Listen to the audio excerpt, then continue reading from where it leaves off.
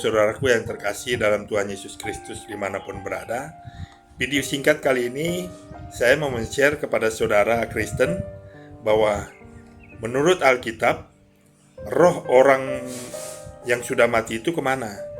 Nah, Alkitab berkata roh manusia itu akan kembali ke Allah.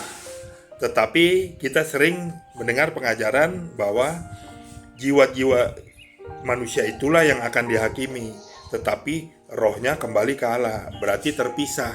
Nah, itu salah, saudara. Salahnya kenapa? Karena roh manusia yang dicipta ini diadakan Allah untuk selama-lamanya.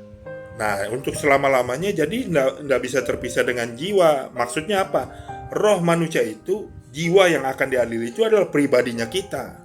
Pribadinya kita itu yang akan dihakimi oleh Allah, tetapi roh manusia itu satu dengan jiwa, mengikuti jiwa. Di mana jiwa berada di sorga atau di neraka, ya roh manusia ada di situ. Itu maksudnya roh itu kembali ke Allah, saudara.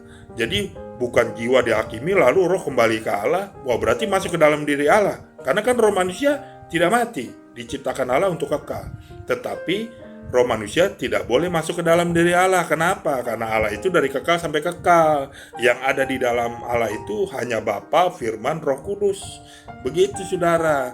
Jadi Roh Kudus itulah yang ada di dalam diri Allah. Kalau roh manusia tidak bisa berada dalam diri Allah, saudara.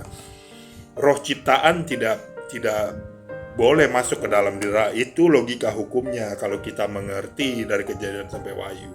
Makanya pentingnya hikmat dari Roh Kudus, minta dan belajar dengan rendah hati supaya Tuhan bukakan lebih banyak lagi. Kenapa orang ada yang mengertinya sedikit, ada yang mengertinya sedang, banyak? Karena itu kehendak Tuhan. Kalau kita rendah hati, belajar lapar dan haus, tetapi rendah hati, membuka diri, kita akan semakin banyak dapat. Roh Kudus buka semakin banyak, saudara. Jadi ingat, roh orang mati itu, roh orang yang sudah mati itu akan kembali ke Allah. Maksudnya nanti Allah akan menempatkan di surga atau neraka sesuai dengan jiwanya. Begitu, saudara-saudara ya. Jadi kita harus tetap siaga, tetap hati-hati terhadap ajaran-ajaran yang baru-baru ini muncul. Banyak sesat, bahkan juga roh orang mati katanya gentayangan selama beberapa waktu. Itu salah. Kalau manusia mati, rohnya langsung kembali ke Allah. Maksudnya kembali Allah, nanti Allah akan menempatkannya. Sementara Allah mau tampung di dunia orang mati kah? Yang satu Allah mau tampung di Firdaus kah? Nah, itu terserah Allah. Jadi Alkitab tuh yang tersirat di dalamnya seperti itu, saudara. Jangan hanya memahami apa yang tertulis, tapi yang tersirat. Tapi yang tersirat itu harus berhubungan dari Kejadian sampai Wahyu, nggak boleh pertentangan. Jadi yang membuat kita mengerti itu adalah Roh Kudus. Tapi kita harus rendah hati belajarnya supaya dibukakan. Nah, hal ini berguna buat saudara-saudara yang masih lemah, masih bingung.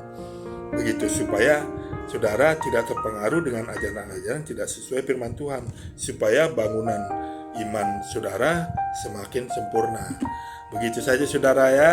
Hati-hatilah, roh manusia itu dari tidak ada dicipta menjadi kekal supaya hidup bersama Tuhan Yesus Kristus.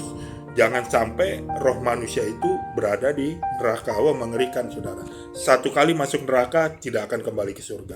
Satu kali masuk surga tidak mungkin dibuang oleh Tuhan ke neraka.